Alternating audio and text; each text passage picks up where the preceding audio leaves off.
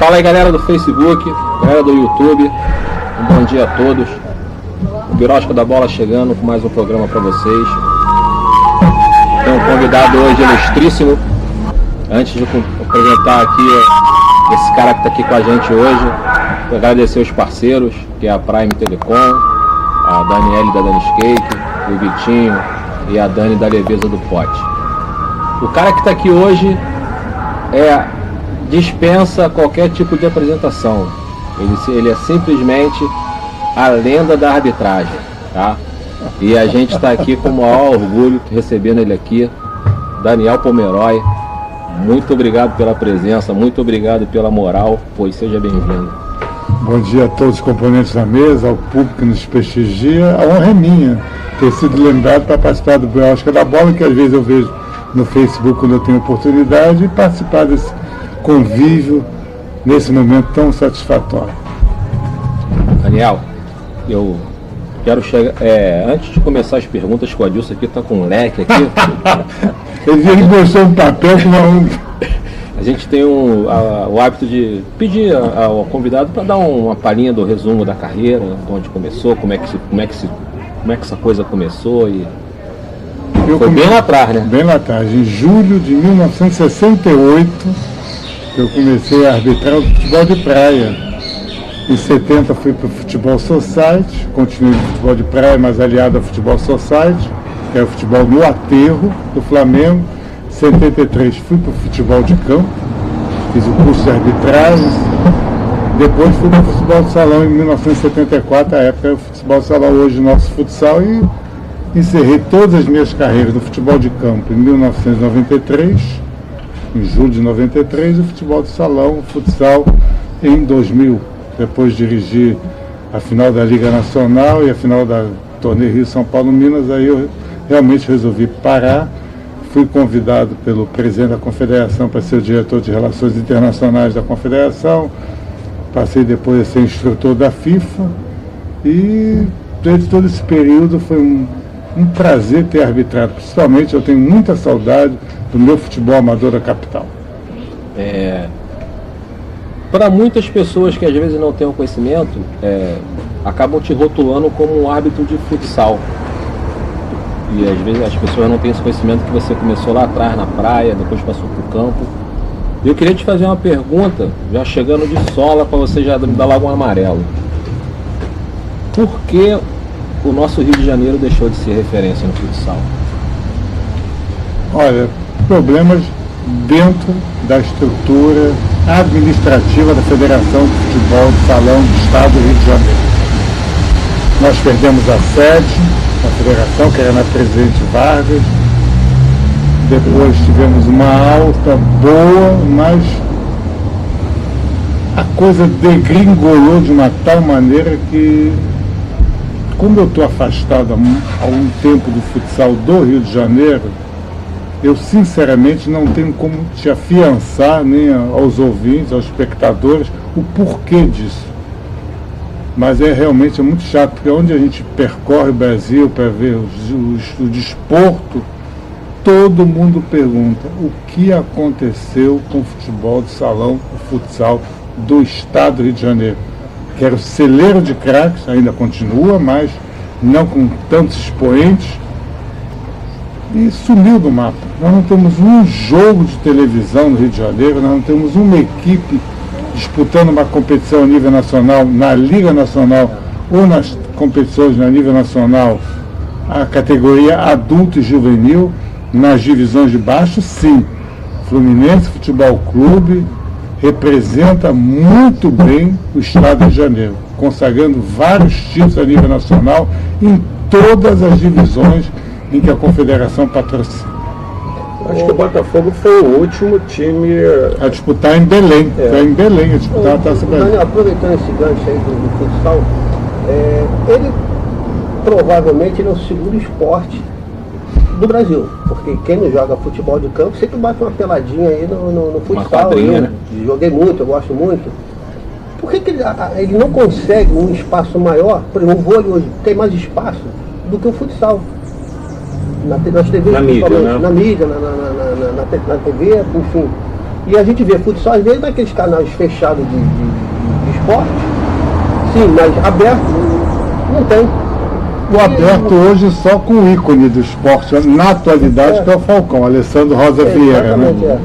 Mas o esporte, o futebol de salão, ele teve uma queda e uma ascensão muito grande. Em 1985, quando íamos ter o Mundial de Futebol de Salão pela antiga Federação Internacional de Futebol de Salão, a antiga FIFUSA, quase que não íamos ter um Mundial na Espanha, naquele ano que o Brasil sagrou-se campeão dentro do Palácio de Madrid, com o maior público já prestigiando aquela competição.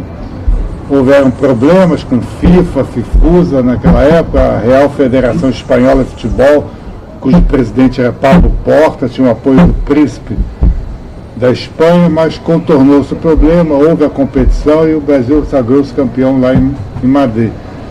O problema é muito político. E as más línguas dizem o quê?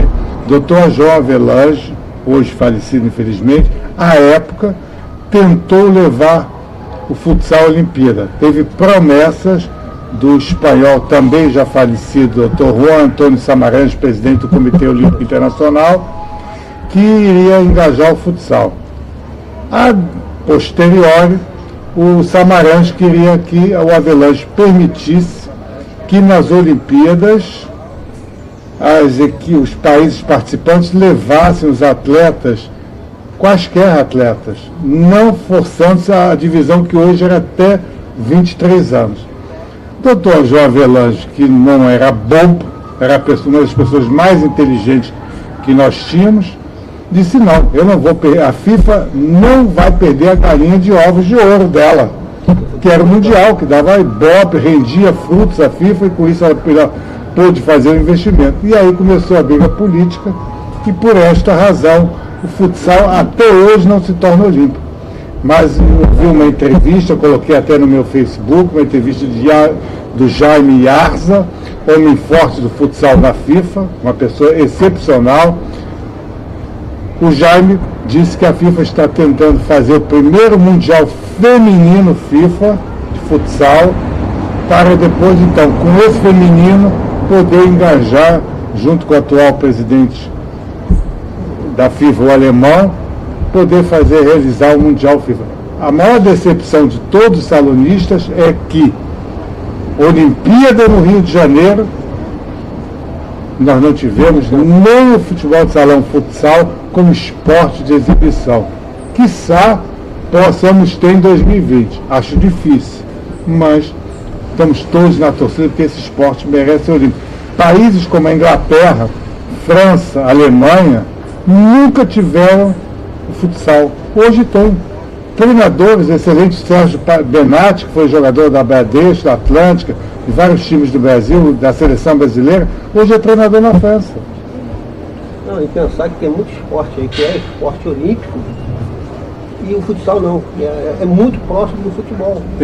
Tem esportes que são ridículos, não, entre aspas, não, que não, claro, cada um tem a nossa versão, mas para eles é excepcional. Exatamente. E não temos esse desporto, realmente é triste, lamentável para nós, desportistas. E professor, ao longo desses anos, como é que o senhor enxerga essa coisa da mudança da nomenclatura de futebol de salão para futsal, as mudanças em determinadas regras do jogo? Você participou dessa mudança? Muitas coisas vieram da Espanha, que era quem comandava o futebol de salão. O homem forte do futsal daquela época na FIFA, na FIFUSA, foi para a FIFA aliou, pegou em 94, ela trouxe para si o futebol, porque qualquer desporto que tenha a palavra futebol é absorvido pela FIFA. Futebol de campo, futebol de salão e hoje futebol de praia. Daqui a pouco, futebol 7, a FIFA também vai querer ter o nome dela, que é o Futebol Society. Porque todo futebol é a FIFA que comanda. Então ela absorveu para si em 94 o futsal, alterou as regras, o ato, que era aquela calça branca elegante que muita gente gostava, foi para a bermuda. E se você pegar o livro de regras da FIFA, e tem o nosso hoje no Brasil, são 17 regras. Mas tem uma que está escrito lá, regra do impedimento. Na época do futebol de salão, nós tínhamos impedimento, que você não podia receber a bola dentro da área, de um lateral, de uma infração, de um tiro de campo. Mas ainda consta um livro de regra, por quê? A FIFA ela não altera nada na regra. A regra é única, são 17 regras, futebol de campo, futebol de salão. Então está escrito impedimento, não se aplica no futsal. Mas está escrito lá, porque para ela tudo tem que ser equânime, uma equidade de interpretação. E ela resolveu, absorvendo para isso, fez um quadro, e a única coisa que eu tenho triste é que as pessoas que comandam a arbitragem mundial, em questão de futebol, não tenhamos também uma comissão de arbitragem específica para o futsal, para pessoas certas para dirigirem. Tem uma comissão de FIFA futsal, mas não tem, na arbitragem nós temos um homem forte do futsal, que é o espanhol, que é o presidente do Real Comitê de Arbitragem da Federação Espanhola, Pedro Ángel Galán Neto. Foi um excelente ato, não teve a oportunidade de dirigir uma final porque a Espanha foi em todas as ocasiões, e aí você tem uma pessoa muito capaz. Isso ninguém pode dizer nada contra ele, é uma pessoa muito capaz que comanda a arbitragem a nível europeu e é o homem forte da UEFA na FIFA. Eu queria voltar, eu queria entender como, porque o Wilton se dirige a você como professor, como literalmente é, né? Professor de Química. Quero completar até dizendo que eu odeio Química. Mas nunca assisti uma aula de Química. Eu queria entender como um professor de Química, aquela tabela periódica, aquela coisa de maluco. Que não é para gravar, hein? Pois é, não é para gravar. Não, tem relação àquela coisa de, para mim, o cara que é professor de Química, que entende de tabela periódica, um nome feio, mas não é bem essa a ideia, maluco. Ele precisa ser maluco para querer ser árbitro de futebol? Tem essa relação aí? Também, porque hoje é muito bom estar em qualquer estádio, mas vai arbitrar como antigamente. Você estava no campo do Marvides, do Manufatura, Oriente, Pavunense, Rio Petrópolis, Bandeirantes, Everest. Vai apitar a segunda, terceira divisão de campeonato carioca, vai. Hoje é mais fácil, você tem policiamento, você é obrigado a dar o jogo sem policiamento. Naquela época do Amadora Capital, não tinha policiamento. Policiamento tem ambulância também. Ambulância, perna boa, as pessoas, é importante você fazer se respeitar pelos atletas. Isso era muito importante. E se os atletas te respeitassem, você sabia conduzir o jogo do início ao final do espetáculo sem qualquer problema. Maluco porque você tinha que sair de casa e ir para o interior do estado de Rio de Janeiro. Vocês não tiveram a oportunidade de ver um jogo floreste suburbano em Cambuci. Era uma guerra como americano e Goitacás em Campos. Não era fácil. Eu nunca arbitrei floreste suburbano, mas eu escalava um árbitro naquela época no futebol amador, Valdir Barbosa. Só ele sabia conduzir aquele jogo no Cambuci. As pessoas o respeitavam, então você tinha 50% a menos de problema. O respeito é fundamental. O ser humano, se for respeitado, as pessoas têm a credibilidade nele, o jogo flui de uma outra maneira. Outros começaram no futebol de praia. O futebol de praia captava na época Arnaldo Davi César Coelho, José Roberto Reit, Reinaldo Barros, que era um advogado fortíssimo dentro do Instituto Brasileiro do Café, Mário Rui Moura de Souza, Carson Grace, maior lutador nós tivemos. Então tínhamos pessoas excepcionais dentro do Mapa Margarida, Copacabana. Tínhamos depois, a posterior, veio clubes de Niterói, o Muraí, o Grêmio Caraí, tinha de Botafogo o Guaíba, que o Mário Viana estava sempre presente assistindo o jogo. E você tinha a situação, mas no futebol de pé não tinha essas coisas. Isso de bicheiro, na época que eu me lembro, desde que eu persegui, nunca houve esse tipo de situação de bicheiro no futebol de pé, não. Você tinha pessoas que eram fanáticos, investiam nos times, para ter, na época, tinha um radar do Eurico Lira, que foi top no futebol feminino, que introduziu o futebol feminino.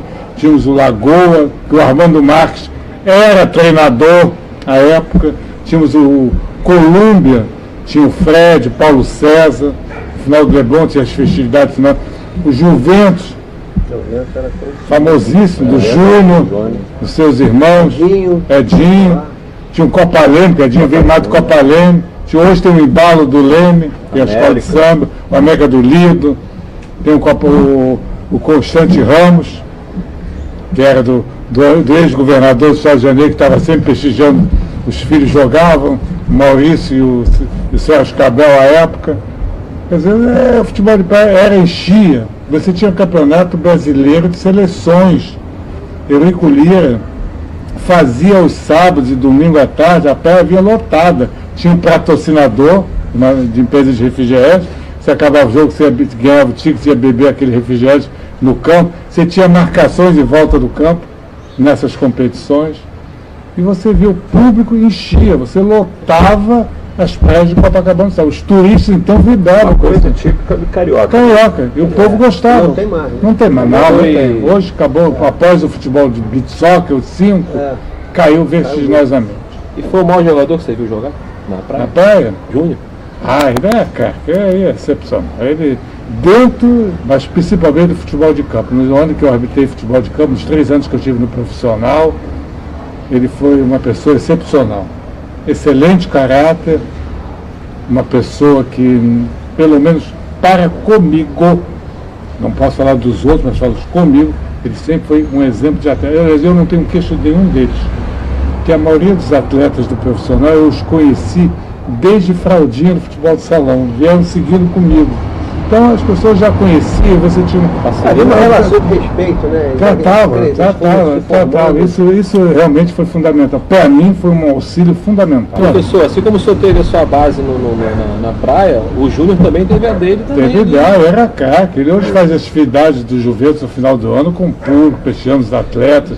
Ou no Areia do Leme também, onde o Edinho fazia patrocínio, muitos jogadores. O Romário jogava na praia, então era uma festividade que fazia o congressamento de todo mundo no esporte de praia com o público prestigiando no final do ano. E era jogado com 10 na linha?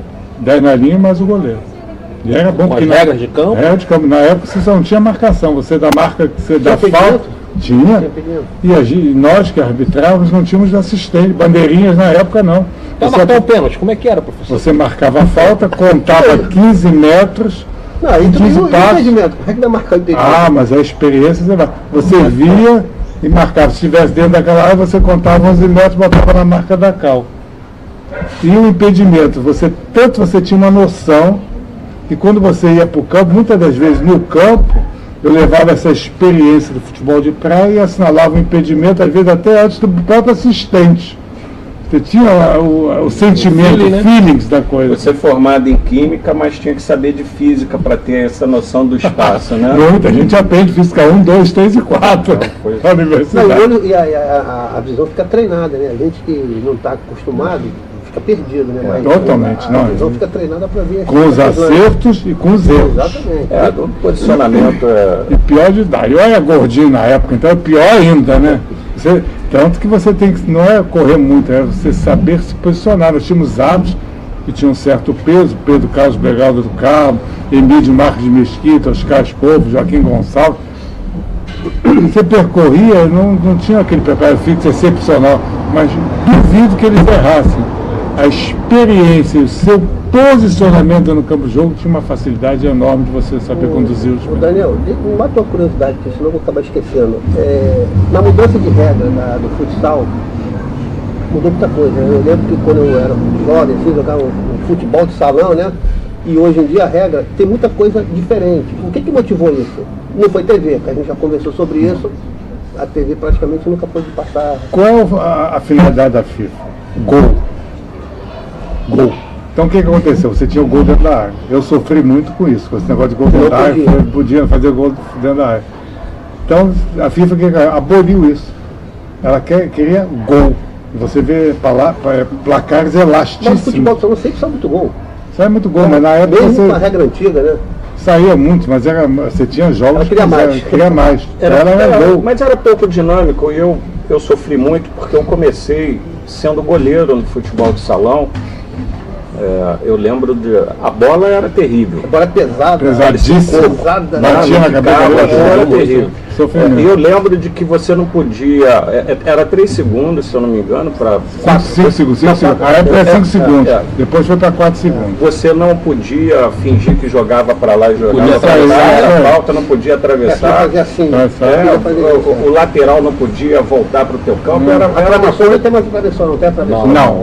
Acabou. Queriam voltar. Ano passado, durante o Mundial de Seleções na Eslovênia, foi pensado em retornar com isso. Goleiro linha, queriam acabar com o Com goleiro linha. isso, essas Né? coisas todas, mas isso não evoluiu, porque hoje é a dinâmica do esporte. A Se bola quebrar, hoje quica, é outra... Não, Particularmente, professor, qual a regra que o senhor prefere? Isso que eu ia perguntar. a de hoje, A de hoje? da arbitragem foi muito melhor.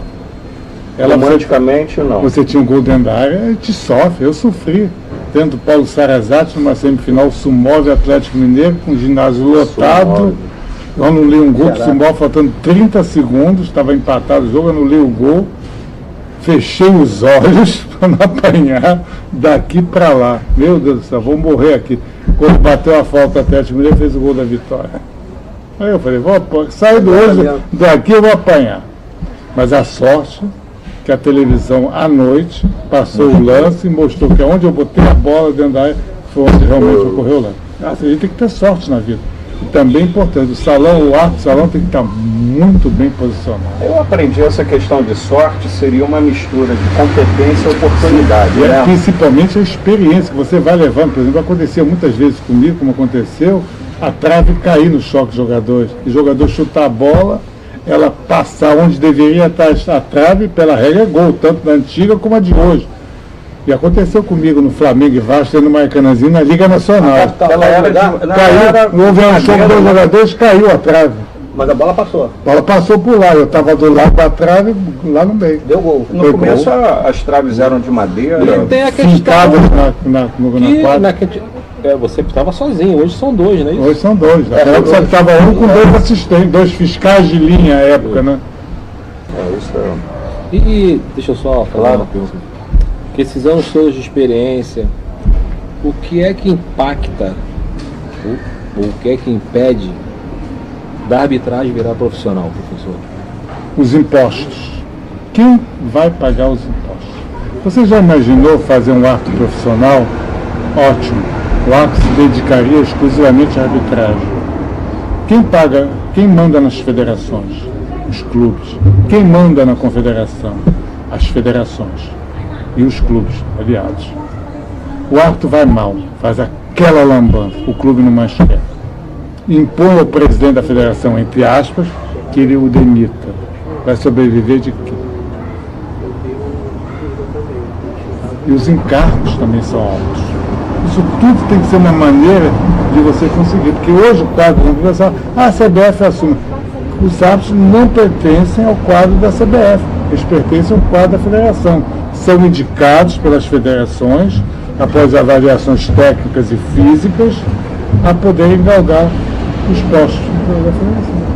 E aí passam por avaliações terríveis, porque hoje é extremamente criminoso, entre aspas, as avaliações físicas. Você tem que correr muito para você poder arbitrar um jogo, e você vê árbitros muito bem condicionados fisicamente, mas tecnicamente errando e muito. Muito mesmo. O Gaciba que foi reprovado, não foi? Teve um árbitro famoso desse aí que no teste... Gaciba? Ele foi reprovado no teste físico. Eu quero 1000 vezes o Leonardo Gaciba arbitrando, não tão bem fisicamente, vamos dizer assim, porque ele sabia controlar o jogo. E hoje os assistentes estão ajudando até um pouco mais. Lógico. Alternativa. Tanto por isso que o acabou de chamar de bandeirinha, simplesmente um elemento de formação, para um árbitro assistente que assiste o árbitro na dúvida. Mas muitos árbitros adicionais, como são os árbitros, o pessoal chama de poste, Aquele lá atrás do gol, né? poste, às vezes não auxiliam o árbitro, ou quando auxiliam, acabam induzindo o árbitro ao erro, como aconteceu agora no jogo do Internacional. Meu querido amigo Eduardo Cordeiro viu uma situação que não ocorreu. Ele mostrou que o jogador foi empurrado e a gente não vê isso na televisão. Você seria a favor de 2 árbitros dentro de campo? Já ocorreu isso. São Paulo, se lembra que São Paulo fez esse experimento? fez, apitou um árbitro no interior, que eu não me lembro o nome, do outro foi Luiz Marcelo Vicentinho Canzian, Palmeiras e Guarani. O Cancian, de um lado, expulsou o jogador por cometer uma falta. Do outro lado, a mesma situação, que era a responsabilidade do outro lado, ele não tomou a mesma atitude. Mas nessa ocasião teve isso, porque o futebol de 7 hoje são 2 árbitros. E eles não têm essa coisa de que esse lado é meu, esse lado é teu, ambos dividem as Como no responsabilidades. futebol de salão, no futsal, os dois têm o mesmo poder de decisão. A única diferença no futsal é que o árbitro principal, em caso de interpretações diferentes numa mesma situação, prevalece a situação do árbitro principal. Ele é o poder final de discussão. É a mesma coisa do assistente. O assistente pode marcar um impedimento, o árbitro achar que não foi, baixa o instrumento abaixo, assume a responsabilidade. Não, é o caso do VAR. O VAR é assim, o juiz aceita se quiser, ele é só para auxiliar. E aproveitar o gancho, como é que o senhor vê essa introdução do VAR? Eu acho fundamental, mas tem que saber as pessoas que estão utilizando ou são responsáveis pelo ato de vídeo, tem que ser pessoas altamente capacitadas, que acabam interferindo negativamente no jogo, como nós acabamos de ver no Campeonato Brasileiro, na Copa do Brasil. O próprio Wilton Sampaio, FIFA, que vai representar o Brasil no Mundial agora no final do ano, no Mundial de Clubes, eu, na minha ótica, chamou erradamente o Wagner Nascimento Magalhães naquele último lance para ele dar o pênalti. Cruzeiro e Corinthians. Então você tem uma visualização do impedimento. Eu acho que foi falta, né? Tivemos a discussão do Dedé, né? Dedé, foi errônea, altamente errônea a situação. Você vê árbitro de vídeo, teve um outro jogo também, que tem que ser pessoas altamente capacitadas, tem que ser árbitro de expoentes. Talvez aqueles que já tenham saído do campo. Exatamente. Ou aqueles que estão até arbitrando, que não estejam escalados na disposição, que vão atuar como a VAR, porque a experiência dentro do campo é um fator preponderante para você ter um bom desempenho lá fora. E hoje o VAR é fundamental. Suscita, tem que ter um VAR de árbitro, um VAR de árbitro assistente, para que se ocorrer um impedimento na dúvida, o assistente possa dirimir essa dúvida. Então ainda está precisando de algum ajuste. Os ajustes são fundamentais. Antigamente, a gente sabia que futebol era mão na bola ou bola na mão. A gente sabia disso, para ser pênalti. Agora não. Abriu o braço demais, abriu de menos. Às vezes o cara chuta a bola na sua mão. Vai fazer o quê? Vai jogar? Vai correr assim? Bom, não tem como. É uma das coisas que a FIFA quer alterar. Isso é uma das 3 alterações. Eles querem, primeiro, acabar com o aproveitamento do rebote na cobrança de penalidades máximas.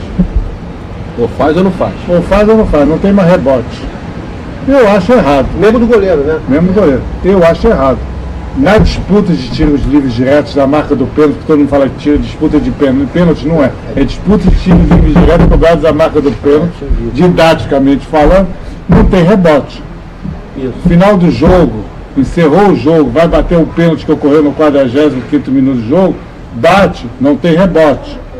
Mas durante o jogo eu acho normal, acho que deveria continuar. Como no futebol de 7. Como qualquer esporte, você dentro dos 90 minutos, dentro da normalidade, você chutou o goleiro e defendeu, você pode aproveitar o rebote. Não entendi o porquê disso. Agora quer acabar. O cara chutou, bateu na mão do atacante, a bola entrou, mesmo que o atacante não tenha dolo, a FIFA quer acabar com isso. Eu também acho que deveria acabar assim. Acaba porque gera problemas, você faz um gol de maneira irregular, a interpretação minha é uma, a sua é outra, do Wilton é outra, lá é outra, no mundo aconteceu isso. Na Croácia foi prejudicada para mim pelo VAR, né?